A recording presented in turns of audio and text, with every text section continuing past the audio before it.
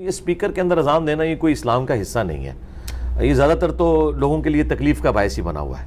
اچھا ہاں، یہ کون سی اسلام کی خدمت ہے کہ آپ کی فجر کی نماز کے اندر 5 نمازی آتے ہیں اور آپ لوگوں کو اذان کی آواز کے ذریعے اتنے بڑے بڑے سپیکر لگا کے، جو لوگ مساجد کے قریب رہ رہے ہیں نا، یقین کریں وہ صرف مسلمان ہونے کی وجہ سے اذان کا احترام کر رہے ہیں، ادروائز جتنی مشکل ان کی زندگی ہے، اور اگر خدا نخواستہ وہاں کوئی مریض ہو اس کے لیے بڑی تکلیف دہ چیز ہو جاتی ہے اس حوالے سے، تو یہ کوئی سنت نہیں ہے اس طریقے سے۔ یہ تو ایسے ہی ہے کہ نبی علیہ السلام کے مبارک زمانے میں کوئی شخص جا کے لوگوں کے گھر پہ کھڑا ہو کے ان کے کان پہ جا کے اذان دیتا، اس سے زیادہ آواز اس سپیکر میں آتی ہے۔ آج کل تو سپیکر کی ویسے ہی ضرورت نہیں ہے کیونکہ ہمارے پاس گھڑیاں ہیں، ہمیں اذان کی آواز نہ بھی سنائی دے جی تب بھی ہم گھڑی کو دیکھ کے مسجد میں جاتے ہیں۔ یعنی یورپ اور امریکہ میں تو بالکل کوئی آواز نہیں ہے۔ تو ماہ فاخر ربیع الاخر کی 11ویں رات 3 کھجوریں لے کر ایک بار سورۃ الفاتحہ، ایک مرتبہ سورۃ الاخلاص، پھر 11 بار یا شیخ عبد القادر جیلانی شیئا للہ المدد، اول آخر ایک بار درود شریف پڑھ کر ایک کھجور پر دم کیجیے۔ اس کے بعد اسی طرح دوسری اور تیسری کھجور پر بھی پڑھ کر دم کر دیجیے۔ یہ کھجوریں راتوں رات کھانا ضروری نہیں، جو چاہے جب چاہے جس دن چاہے کھا سکتا ہے۔ انشاءاللہ عز و جل پیٹ کی ہر طرح کی بیماری، مثلا پیٹ کا درد، قبض، گیس، پیچش، قے، پیٹ کے السر وغیرہ کے لیے مفید ہے۔ دعوت اسلامی کے لیے ٹیلی تھون کا سلسلہ ہے اور بہت ساری رقم چاہیے، 10,000 روپے ایک یونٹ ہم اس کا اعلان کرتے ہیں۔ عاشقان رسول کو چاہیے کہ وہ دعوت اسلامی کے اس ڈونیشن یعنی کہ یہ چندہ مہم ٹیلی تھون مہم ہے، اس میں آپ بڑھ چڑھ کر حصہ لیں۔ میں بھی نیت کرتا ہوں انشاءاللہ الکریم اپنی امی جان کی طرف سے اور ابو جان کی طرف سے اس علیہ صاحب کے لیے ایک یونٹ ماشاء پیش اللہ کروں گا انشاءاللہ الکریم۔ سبھی عیسائی بھائیوں کو چاہیے اپنی حسب توفیق یونٹ جمع کروائیں۔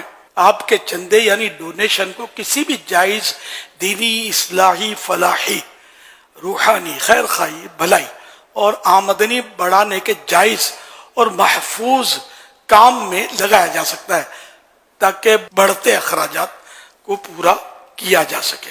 یہ آپ ضرور دیں۔ دعوت اسلامی جب سے بنی ہے الحمدللہ آپ کے سامنے کھلی کتاب ہے اور ترقی کرتی جا رہی ہے، تو اس کو بالکل دیں آپ، اللہ پاک آپ کو اس کو اور برکت دے گا۔ رائے خدا میں دینا یہ کار ثواب ہے، اور دینے سے رائے خدا میں دینے سے بڑھتا ہے، گھٹتا نہیں ہے۔ اللہ پاک آپ سب کو، مجھے بھی بڑھ چڑھ کر دعوت اسلامی کے مالی طور پر بھی مالی کے ساتھ تعاون کرنے کی توفیق عطا فرمائے۔ اور یہ بھی ذہن میں رکھیے گا کہ وہ حدیث پاک ہے کل ذی نعمت محسود، ہر ایک جس کو نعمت ملتی نا اس سے حسد لوگ کرتے ہیں۔ یہ جو بھی چندہ ہے یہ نہ میری جیب میں جاتا ہے نہ کسی ذمہ دار کی جیبوں کے لیے، یہ نہیں ہو رہے چندے کہ ہم لوگ اس کو کھائیں گے پیئیں گے، خدا نخواستہ۔ یہ چندہ جو ہوتا ہے یہ الحمدللہ دارالفتاح اہل سنت اور دیگر علماء کی رہنمائی سے یہ سب ہم دعوت اسلامی کے جو خرچے کرتے ہیں نا ان میں ان کی رہنمائیاں شامل ہوتی ہیں، اور دیگر ذمہ داران بھی اس میں مل جل کر کرتے ہیں۔ مالیات کا ایک پورا ایک ہمارا شعبہ ہے جس میں اچھے سمجھدار ذمہ دار اسلامی بھائی اس کام کو سنبھالے ہوئے۔ اب یہ ہوتا ہے کہ اب یہ چونکہ دعوت اسلامی کو بہت نعمتیں حاصل ہوئی ہیں، بہت ترقی ہوئی ہے، اور جو ان کے ذمہ داران کام کر رہے ہیں بعضوں کو بڑی عزت اور اللہ نے شہرت سے نوازا ہے، تو خدا جانے کیا بات آتی ہے۔ تو میں اپنی بات کروں شروع سے کہ جب یعنی کہ یہ شورا وغیرہ نہیں تھی نا تو یہ ایک کوالٹی ہوتی ہے، کچھ لوگ ایسے ہوتے ہیں جو اس طرح کی باتیں کرتے ہیں۔ جیسے یہ الیاس تو وہاں رہتا تھا گو گلی میں، اب یہ مسالن میں کیسے آگے رہنے کے لیے بلڈنگ کیسے بنا لی؟ دعوت اسلامی میں بلڈنگ نہیں تھی، خیر وہ فلیٹ ہی تھا لیکن اس سے بڑا تھا۔ تو مکان کے پیسے آئے کہاں سے؟ اب میرے بھائی آپ کو یہ فکر سونپی کس نے؟ کس کی فکر کرو؟ فکر کرو، ٹینشن فری رہو یار۔ وہ یہ ہر سال حج کہاں سے کرتا ہے؟ پیسے کہاں سے آتے؟ ہونا وہ دعوت اسلامی کا چندہ۔ یہ اس کی وضاحتیں میں نے پہلے کی بھی ہیں کہ الحمدللہ کبھی بھی میں نے دعوت اسلامی کا 1 روپیہ بھی اپنی ذات پر اس طرح یعنی کہ خرچ نہیں کیا جس طرح یہ لوگ بتاتے ہیں۔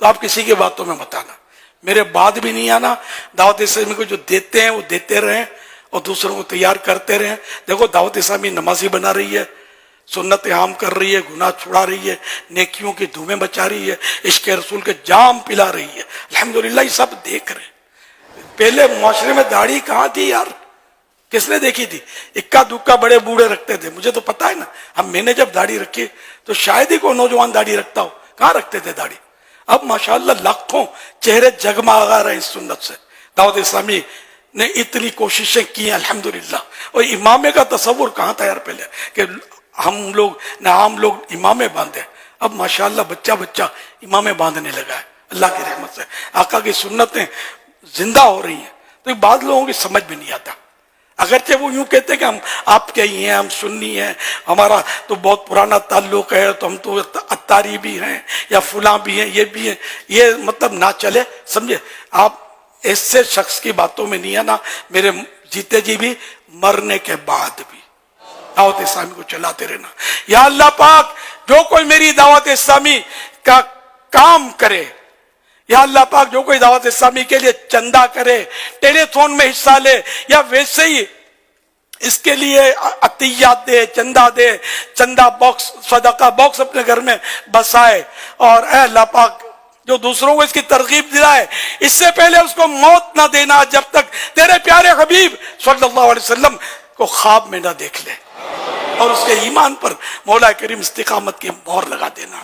اس کے ایمان کو کچھ بھی نہ ہو، ایک لمحے کے کروڑوں میں حصے کے لیے بھی اس کا ایمان اس سے جدا نہ ہو.